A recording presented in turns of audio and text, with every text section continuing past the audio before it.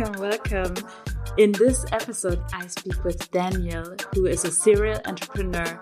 And if I could describe him in one word, he stands for the art of playfulness. But we will talk about couple stuff, right? So actually, to put it quite frankly, we will talk about how to turn shitty situations into gold in your entrepreneurial couple's life.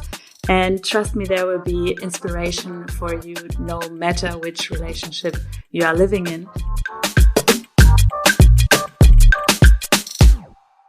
We talk about him and his partner, Shauna, and how they together as a serial entrepreneurial couple overcame several challenges in the past couple of years and what they learned from these situations and how it actually led to the strong fundament that they now have in their relationship as well as in the business ventures that they pursue. So there will be inspiration, there will be emotion, there will be some hands-on practices. I love this episode. So Daniel and I met actually at Maastricht University back in those days. He's an old university friend of mine, and he was known to run the student bars, to really have the fun, playful parties going. And we met again last year at one of their Alice in Wonderland inspired mindfulness events called Mad Hatters. So he has been an entrepreneur for as long as I know him. And now he is together with his partner, Shauna, starting a retreat center here in Portugal called the Lost Valley. Check it out. I cannot wait to see that place because there's so much love and dedication that flew into the creation of this dream. And before we start the interview, I want to anchor you in the now. I invite you to a moment of mindfulness, a little practice inspired by the ocean waves that surround me here in Portugal.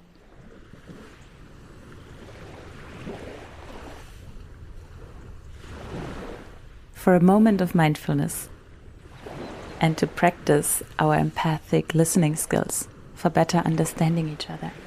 Let's take this moment for some conscious breathing, inspired by the ocean sound. And just notice how the air travels in your body without changing anything. So take a deep inhale in and notice the air going through your throat, traveling down along your spine, maybe opening up the chest, maybe lifting your belly higher. And as you exhale, feel how with the air leaving, you are also relaxing into this.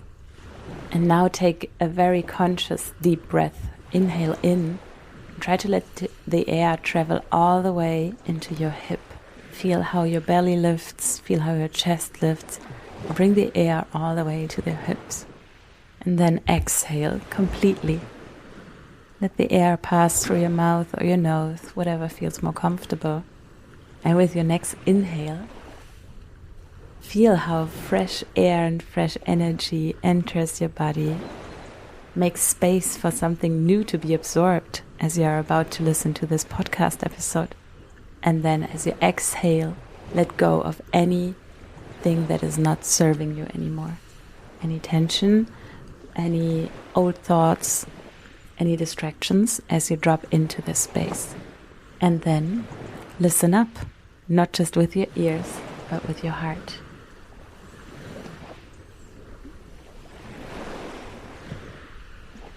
Hey Daniel, glad to have you here in the show. And as a start, I would like to ask you, who are you? Who are you as a couple, and what is it that you are building? And whatever picture came up there in these three questions, feel free to just flow with that as an introduction to the audience.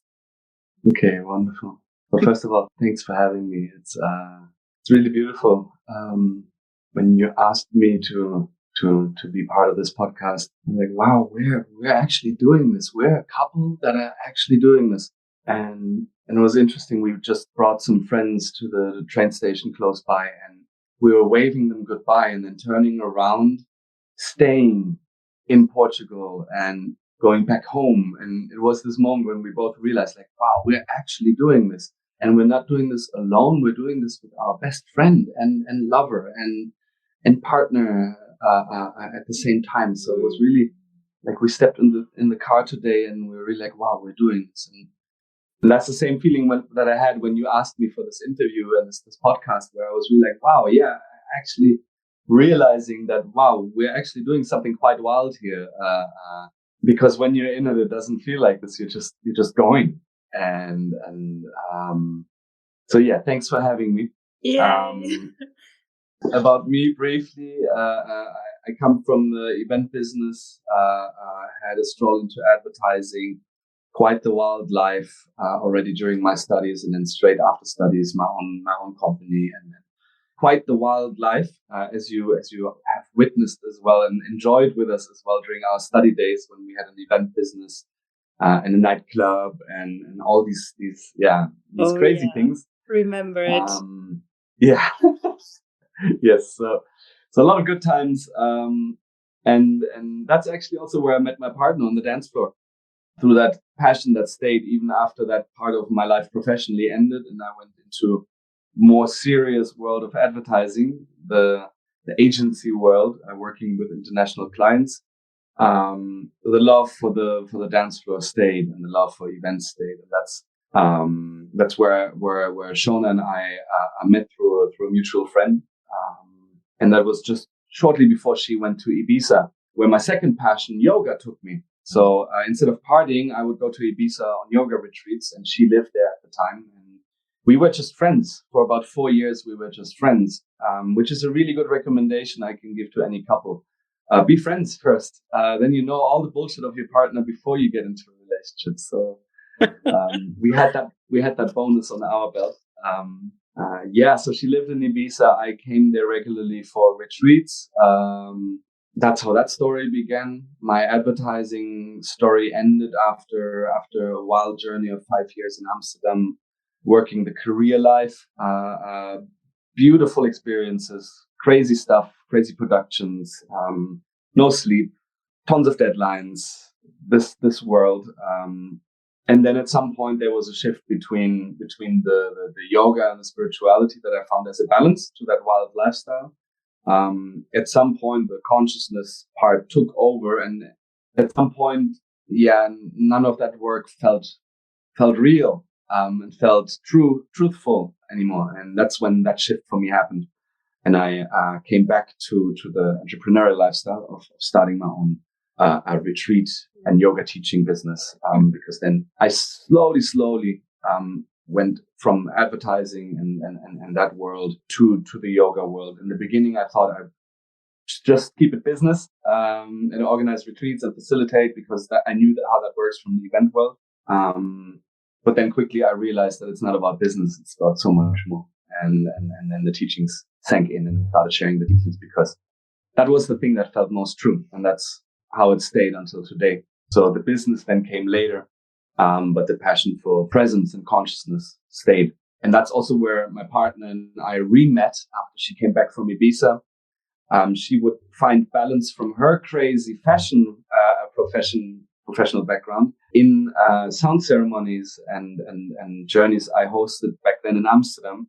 And weekly she would come to find rest and restoration in these sessions that I offered in Amsterdam. And then she kept coming back, and slowly, something grew that was more than just friendship. And at some point, some years later, we were both not in relationships, and then it was quite clear that we had much more than just friendship. Mm-hmm. That's how that began. And then that journey together unfolded. She dropped the fashion world at some point because she also was steam training through her life, like a steam train, not stopping. Yeah, in the hustle. And that ended up in a herniated disc at 28. And then the things I had to offer as a yoga teacher in that world got even more interesting for her.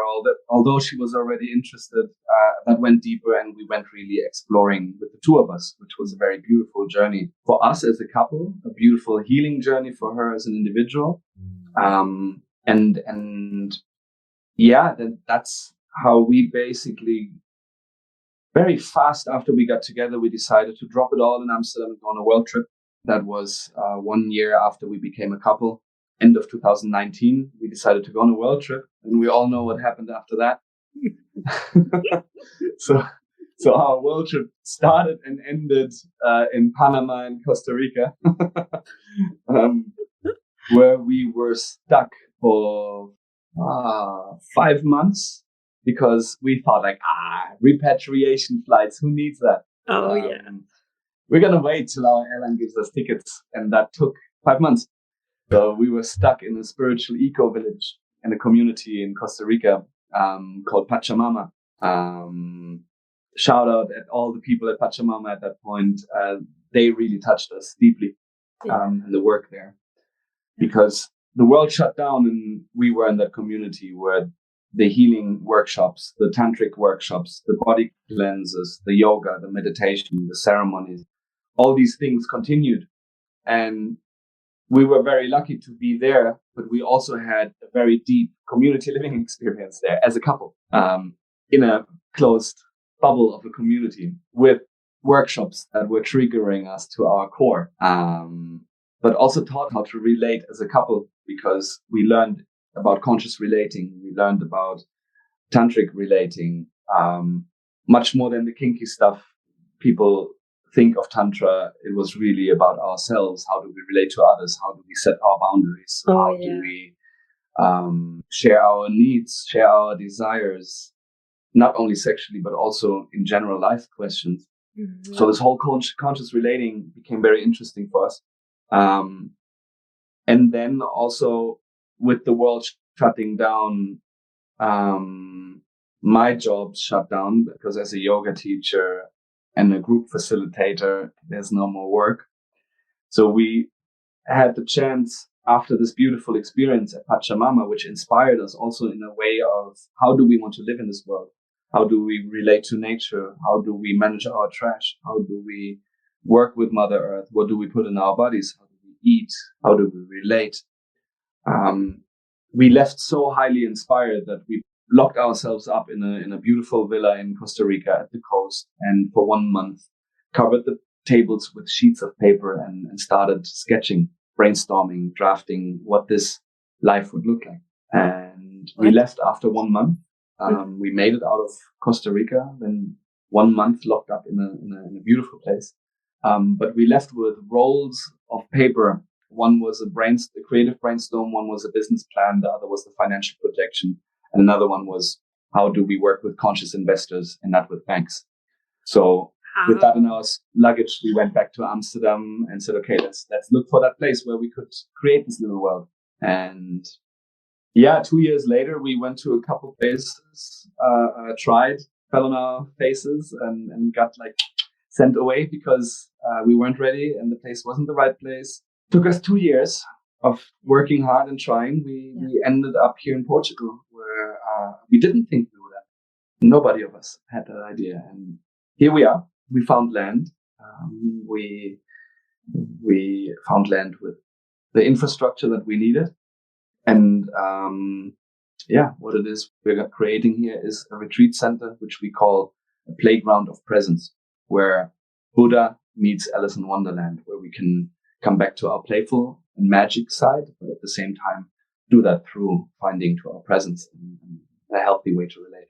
So that's, in a nutshell, who I am, how I got here, who we are as a couple, and what we do. Oh my gosh, I loved listening to every part of it, and I felt like, no. I'm not going to interrupt there because it's just a wonderful story to share, to listen to just follow your words and see actually and feel the all the steps that led to where you are now. You are at home at the Lost Valley, right? That's where you are today, in the retreat center. Yeah. Yes. And is that what you drafted in Costa Rica, or when you wrote the business plan? Is that yes. It all started? So it all started already, 3 years ago, and even more and more when it comes to the couple side of how you met. So sometimes we are, looking only in the now, like what is an opportunity to cling to, and this persistence of taking time to dream together as a couple, to really make room and space for dreams to come up, and then to go after it persistently, find ways to make it happen, wow, such a powerful, stronger together experience for the two of you, I assume. But let's look a little bit at the good, the bad, the ugly of that time, because you're talking about a long time together, 2 years living together in a van as well, right? The last years looking for the land. It was the two of you in a van with a dog together. Yeah. It was also where we reconnected last year on one of the Mad Hatters events, the business that you were running while you were on the road. So the Alice in Wonderland event experience from everywhere where you were at. It was very beautiful. I'm curious. So actually, how many entrepreneurial ventures do you now have together, the two of you? Or how many businesses are you running? Currently, or? Yeah, or have you been running together? We actually don't work that well together. So put it out there. Okay. That's one thing we found out over the last years. So it's the truth. We're both very stubborn and eager people that have been very bad in positions where people told us what to do.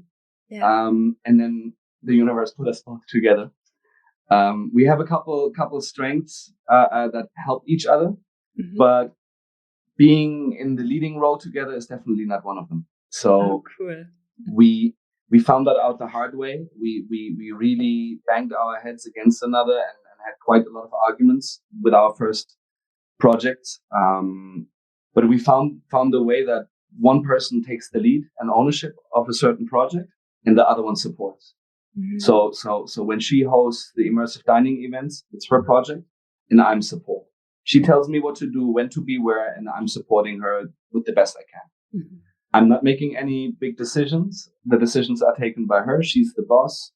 I support her. I give her my opinion when it's asked for. But for the rest, I let go. I had to, because we are too strong in our own ideas, how things should be, that would go well. So that's a little bit how we function in our relationship.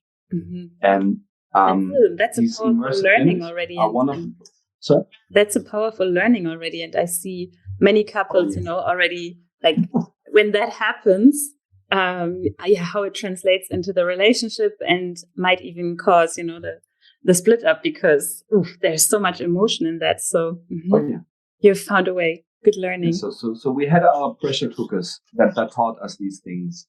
First, being stuck on a world trip and not being able to go home. Then being stuck in the van. It wasn't 2 years. It was almost 1 year. So we were 1 year in a van, which wasn't a big van. And then now this year, which was a very big challenge, because the process of finding the place and actually acquiring, which will go down in the coming weeks. So it's been a 1 year process that we've been waiting and hoping, and then there was postponement after postponement while we broke up our tents in Amsterdam, thinking we were moving to Portugal. We weren't in Amsterdam anymore, but not here yet. So the pressure in our relationship was very, very high. Mm-hmm. But over these years, we learned different ways of dealing with that pressure. And one of them is also to remember who we are as a couple. And we have these days, we call them Adventure Wednesdays or Fantastic Fridays. Mm-hmm. Sometimes a Magic Monday, but they're always funky themes where we come up with something unusual and go on some kind of adventure. So sometimes we dress up in all kind of English country style and go on rent a four-wheel drive and go into nature and do something completely random, or we make a party in the forest. Some things that are a little bit weird, a little bit out there, but that help us to remember that we're actually really good play buddies as well, next to all the pressure and seriousness. So that's one thing that really helped us to keep our playfulness in the relationship, and at the same time not get caught up with all the serious things. Yeah. That's amazing. That's a beautiful skill to have. So how do you decide when it's time for one of those days? Is it fixed in your calendar? Does one shout out, it's time for Magical Monday? How often do you make it happen? So we try to have them once a month. We try to have them once a month at least. And when things are really bad, one of us comes with a silly idea or the request to have another Magic Monday or Adventure Wednesday. And it can be as simple as when we're done with a meeting or we're having a very stressful day that I'll tell my partner to put her hands behind her back and eat the watermelon on the table without hands, and boom, you're out of your head and into the moment, and you giggle and you remember. It's the like small sillinesses that we really enjoy. Oh yeah. So that's part of remembering who you are as a couple, right? Like the Alice in Wonderland experience the playfulness that you bring into your business, but also really embody and bring into everyday relationship experience. Beautiful. Small things to bring you back into your body. And the things we offer here in this retreat, we actually use these practices in our relationship. So when things are really heated, we practice conscious and mindful listening. So I shut up, she speaks for 10 minutes without interruption. And if it needs to be 15 minutes, we set the timer to 15 minutes, she speaks, and I get the full picture. No, or not really, or something, nothing. I listen, I take it in, and then I have the chance to respond or to share my perspective for 10 or 15 minutes. And she listens without interrupting. And usually after this practice of conscious listening, the matter at hand is clear because we have compassion for each other and we understand the other perspective. So it really helps to use these practices to use the tools we share with others also in our own private life. So it's one of our magic powers. I love that exercise as well. And it's in all relationships, actually, it's super helpful when you so, in the business world, you learn as a new skill, the active listening skill, whereby you are supposed to listen to someone and nod and say, and repeat what you heard, but interrupt. And then I feel like there's the next level, the conscious listening, where you actually don't react, don't say anything. And it's for some people really challenging skill to develop first. Like I don't say something, I don't already form an answer in my head. I just listen to what the other person says and just accept it. The tough one and the good one. I love it. Yeah. I feel like you've had like some sort of, the challenges that you experienced were really a blessing as well, right? Like the being forced to stay at the Pachamama retreat and to just for a moment be together and work things through in those situations. Beautiful. So you have the safe space where you are held in community as well, where you can sit with the men afterwards and have an opportunity to share your role as a man and actually stand in your power as a man, and the same for my partner. So we had very beautiful conditions.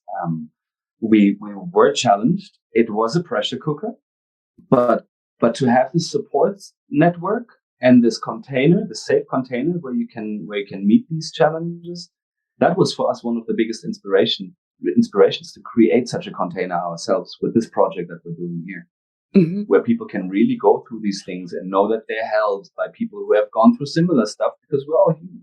We go through the same stuff. And when we relate and hold each other, it becomes much more approachable because we know we're not alone. We see we're held. It's beautiful. I'm smiling internally. I mean, I'm also listening to your story for the first time in that much detail, right?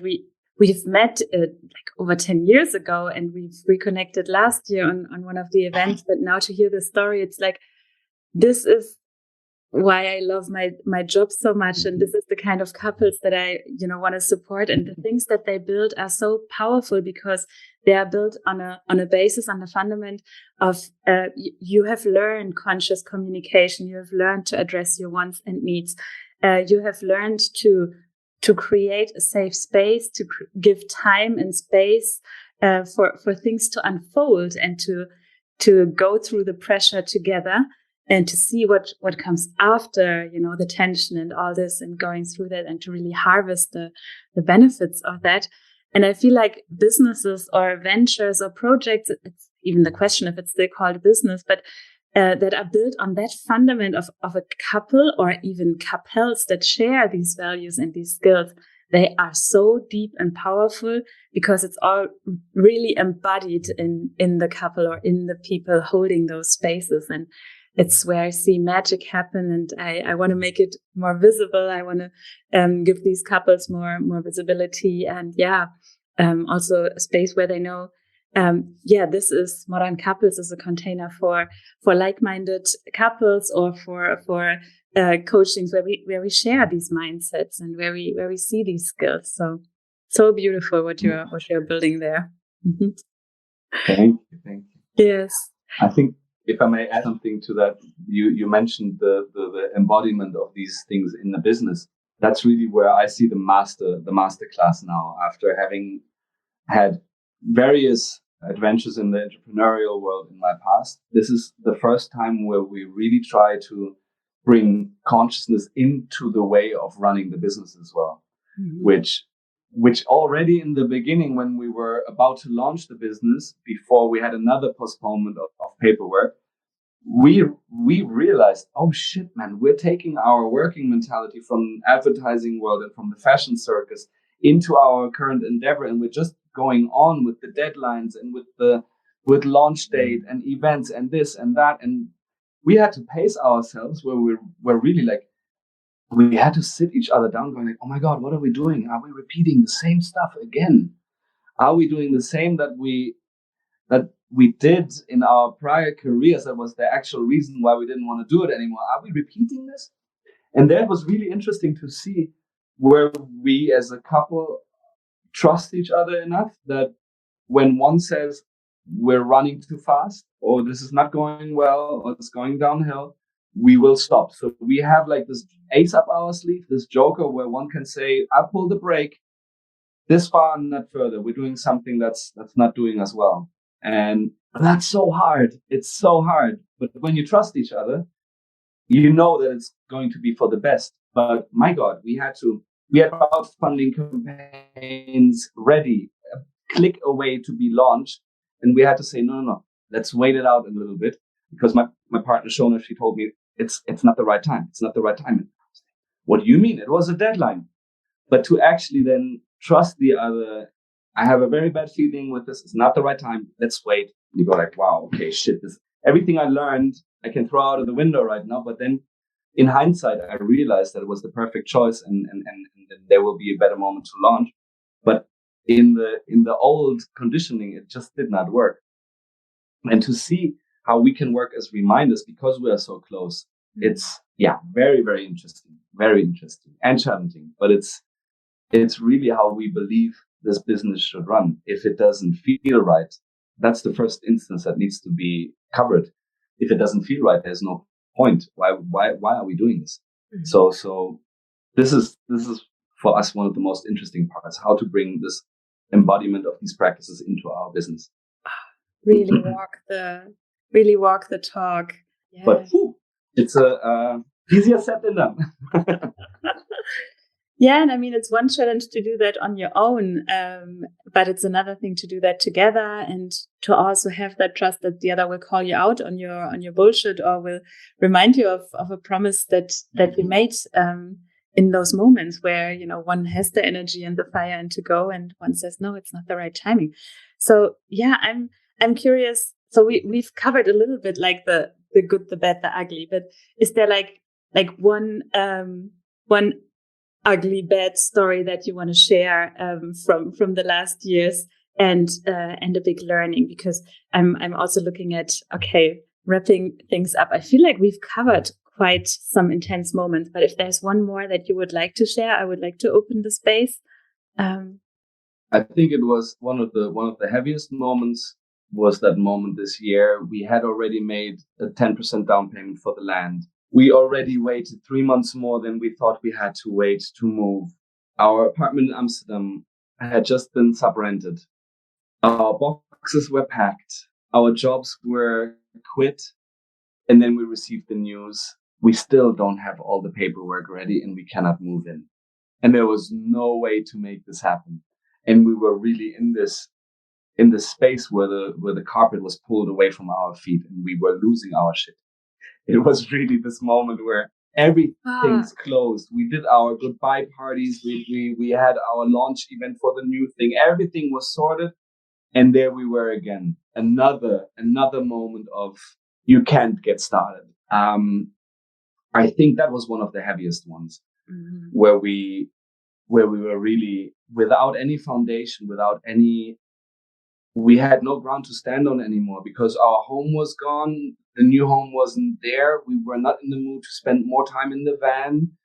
And we were really like, what are we doing? What are we doing? And I think that was one of the hardest moments of this whole journey, where we were really, because when you don't have a home and no place to come back to and no foundation and the plan that you have is worth nothing because you can't execute it yet. So that was really like this, you're stuck. And that was hard for both of us. And that was also the moment we made that change in our life, where we both decided that we're not waiting for this thing to happen for our happiness, but we're looking at what it is right now that we want to do. And that was also challenging because what I wanted to do, if I had the choice of whatever I would do in this moment, my choice was a different one than the one of Shona, my partner. So we sat there going like, okay, if I listen to my heart, I'm going to pack the van, put my motorbike in the back, go to a Zen monastery, and after that, disappear in the mountains and ride. And she was like, no way, I'm going to hang out with monks for 2 weeks and then sit in the van while you ride around on your bike. So she decided that she would like to go to Ecuador, do a teacher training, which she always wanted to do, just popped up at the right time. So we sat there with, wow, what are we doing? We're in the shit. We don't want to wait anymore. We want to change our situation by doing what it is we really would like to do. But it isn't the same. So we really had to bite the bullet and accept that our wishes are different and let each other go in love and fulfill what it is that is our biggest desire in that moment. And we had the best time. It was the best decision for us as a couple, because we were about to lose our marbles, because no vision, no mission, nothing to do, and stuck with each other. The partner is the first one to receive all the bullshit. So yes. It wasn't going well. And then we made the decision in love to go separate ways for 2 months. And we had the best time. I went to Plum Village in France, sat with the monks that practiced with Thich Nhat Hanh and could deepen my spiritual practice. Yes. Disappeared in the mountains for weeks with my motorbike in the van. I had the best life on my own in solitude. And she studied yoga with tantric philosophy and shamanic rituals and womb wisdom with a beautiful tribe in Ecuador, who will now host their teacher trainings at our place. So it's all fallen wonderfully into place. But the beginning of it was our darkest moment of the year. It was really of the year. I think more than 1 year. So it's really, I think that's my favorite shit moment.